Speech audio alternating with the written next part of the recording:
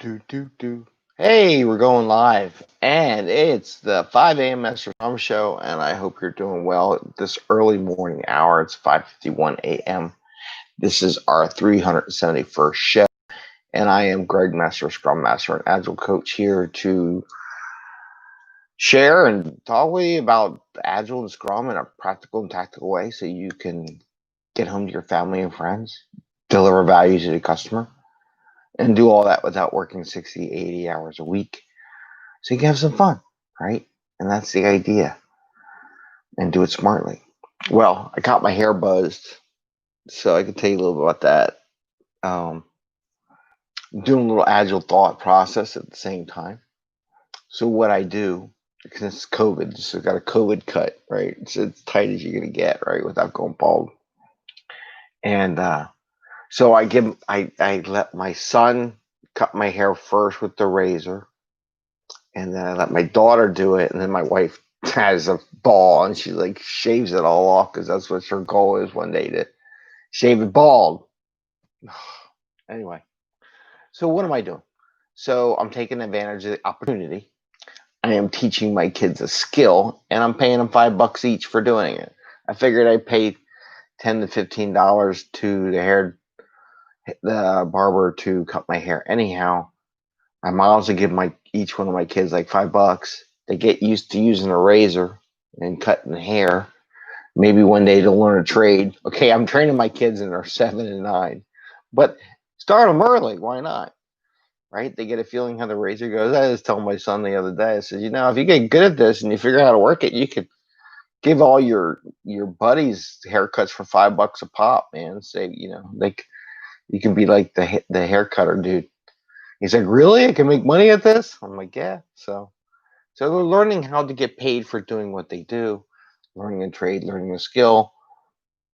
It'll take them a while, but I'd rather have them learn how to do something and do other things besides just play video games all day. Though, which is not a bad thing, but it's not necessarily a good thing either, because you never know what you need to do. So when you're young, you try as many different things as possible. Cross train, right? So anyway, that's the haircut story. By the way, they're going to test one of the probably on SpaceX facility there in Texas, and then later this week again, going to do some launches, hopefully, with the Mars rover. At least that's what NASA says on the 30th. So it's only 2 more days from now. Okay, so what are we going to talk about today? A couple LinkedIn articles that I worked with, or I commented on and had a debate on. So there was an article on definition ready, and the person who wrote the article, which was a good article, I mean, it had good debate things. I kind of disagree with the definition, but he was saying the definition ready is like an extra barrier to, it causes problems for product owners. He couldn't understand why a team kicked out his story and he had to wait another 2 weeks to have the story worked on because it didn't meet their definition of ready. Well, there are many reasons why this actually failed, and I debated on it. So that's one of the things we're going to talk about. And the other thing we'll talk about is events versus ceremonies. There was another good posting by Tobias Mayer on events versus ceremonies, and I had commented back on that. He made a good point about the events, and I want to talk about what I wrote in that article, or a comment I've made in LinkedIn. So let's talk about the first one. Is the definition ready an additional barrier for product owners to do their job? Maybe. It depends how it's enforced and how it's supposed to be a communications tool. It's supposed to be a guide to say, hey, you need all these things to get your story ready so that we as a team can work on it. If there's any gaps, then you have a discussion, you have a conversation, you talk about it. What's missing is the conversation, and this is what people don't do. They're so quick to pull the trigger. Oh, it doesn't mean it's go. Poof. That's classic government, by the way. If your team has an attitude, you're like a government employee.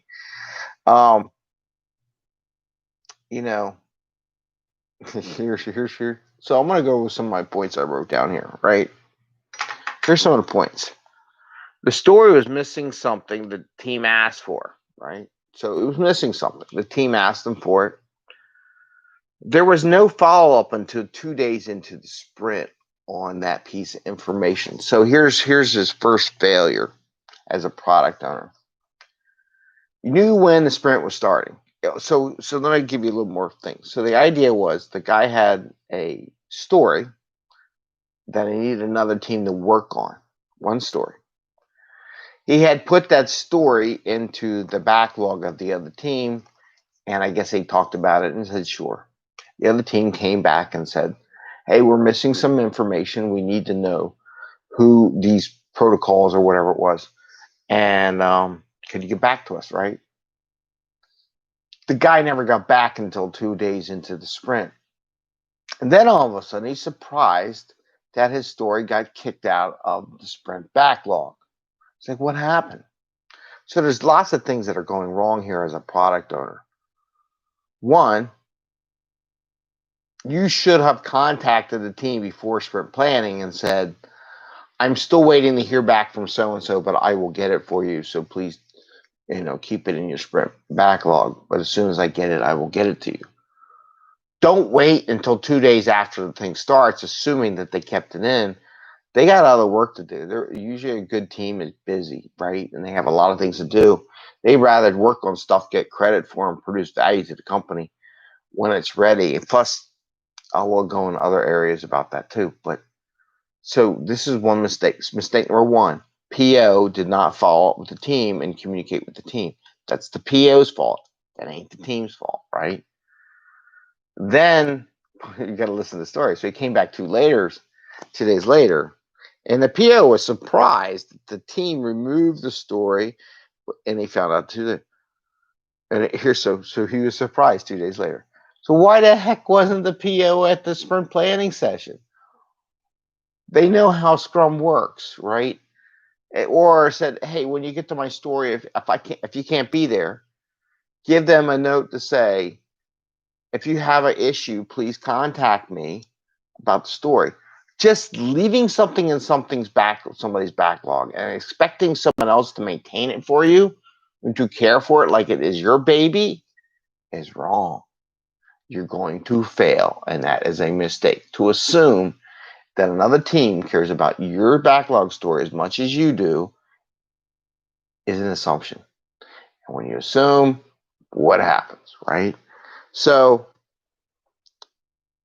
my basic question, why weren't you at their sprint planning, right? You're surprised they got taken out. You weren't there to answer a question for the team. Whose fault is that? It's the PO's fault. It's not the team's fault. When you're not at PO sprint planning, and you don't understand why your story wasn't put in, it's because you weren't at sprint planning. Duh. I mean, the guy want to make this thing as all definition ready. I can't believe the definition ready. Didn't do it. You weren't freaking at the meeting. Everybody knows in Scrum, if you are a product owner and you have something in the backlog that's going to get worked, you show up to the meeting, or at least at a bare minimum, give them a contact number to the Scrum Master so they can contact you if they have any questions and get your attention during the meeting. Maybe you got more than one meeting. That is fine. But you need to reach out and make sure you engage. The whole purpose is to engage with the team. And for them to write an article saying it was a definition ready, which is the fault why they missed because of the definition ready, is bullshit. That was excuse my French, but that's your job. Your job is to be there. I love this. It's all, it's because of the paperwork. The paperwork is just a guide to start commenting. And you knew it wasn't ready because they asked you for something which you did not have, which you did not follow upon, and you didn't share, and you came back 2 days later, and you want to blame definition already. That's just bad management. If you were a project manager, I would have fired you. He didn't set up any communications with the team. And again, like I said, there was no one there to ask a question for, right? So this is where they want to blame this stuff in the document and the definition ready, the definition done. Oh, it's this fault. They didn't do your job, man. I mean, it comes down. Sometimes you have to work. Sometimes you have to communicate. It ain't the stupid computer system that does all the work. We have to go walk out and meet everybody. So I went on a rant, but that's kind of what I felt. And actually, it's the truth. It's not a question I felt. It's actually proof. And he wrote it in the article. When I read the article, he wrote it that way, and I'm going, oh my God, you didn't communicate with your team at all, and you left them high and dry, man. That's terrible. It is terrible, and you can make all the excuses. Well, no, it should have been definite. No, no, no, no, no, no, no, no, no, no, no. You didn't do your job. Job is to make sure your backlog item, what you care more about, got done. That's your job. And if everybody knows that sprint planning, that's when they plan that out to do that, then you be at sprint planning. It's always at the transition points when I manage stuff. Always be at the transition points. Anyway, so that was our article. I said, well, that was our take. We thought it was the definition ready. Well, you're wrong. There is something to definition ready, but if you don't have enough room, that's why they call it a sprint, definition ready. So when the team gets on it, they just full bore on it and pop it out on the other side. It gets done and it's fully good and everything, right? That's why they do definition ready. It's like ready, set, go. All right. So the last topic I want to talk about, and I will address, there was one other point that the guy made. I'll have to go look back at the article during the definition ready and the debate we have going back and forth, which was, the person was good because he didn't take offense to me coming back at him on it. I disputed his definition ready problem. Okay. Events versus ceremonies. Tobias Mayer. He put out an article, and it's really nice when people put out little things. I gotta put out more little one-liners out there, and more debate questions out there on LinkedIn. It's good, and I gotta do that on Twitter too. So one day. So events versus ceremonies, and a while back, Scrum had called everything ceremonies, and now they're going back to events. And I thought about it, and I said, well, you know what? It's good that it's better that it's called an event versus ceremony. So let's think why. What's at a ceremony? A wedding ceremony, graduation ceremony, maybe you have a religious ceremony. In a ceremony, everybody's uniform, they're quiet, they're paying attention. Usually there's a speaker that comes down and talks to you. Like, at a graduation ceremony, maybe you have a class speaker, or a commencement speaker, right? But it's a one-way communication. There's really not two-way communication during a ceremony. Everybody's watching and pay attention to a small group of people in the ceremony. But that's not Scrum. Using the term event. Now think about an event. I brought this little, I had this little football, right? That's an event, right? What happens at a football game? What happens at a sports game? What happens at a networking event? What happens at events? Any sport, anything, like an activity, an event. There's communications. There's the exchange of ideas. There's communications, a two-way thing. Events, they just talk. You go to a Agile, 2021 event, right? It's an event. It's not a ceremony. There's a reason, because an event, there's an interaction between people, and I think by using the word event, it's better in Scrum, and I do like it. So his article about why events are better was perfect, but I just correlated it back to like networking events. You have a conversation. You do an event. Anytime you do an event, even if it was an unveiling event, right? What do? You drink cocktails, you go sit there and talk to people, and you go meet people, and you talk about it.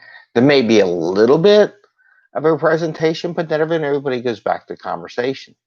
The whole idea is to have the conversation, to mingle, to meet others, and do stuff. And that's where all these Scrum events are. Sprint planning. The PO is supposed to be there, and you meet with the team and every stakeholders, right? Daily Scrum, it's an event. Everybody gets together and chats and gets closer.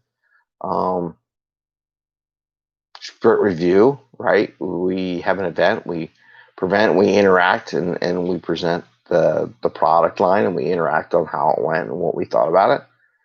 And then retrospective. We have an event where we just interact. So those are the two things I got. We're down to the 15-minute mark, trying to keep this within a daily Scrum time box, 15 minutes, right? Please ring the bell if you like our conversation or topic areas. And keep putting up that stuff in LinkedIn, man, because it's good stuff, and I like having that. So we'll bring that here into the show. All right. Take care. Have a great day. Enjoy. Happy Scrumming. And we'll see you tomorrow, hopefully soon. We'll watch some more rockets go up to Mars. Looking for rockets.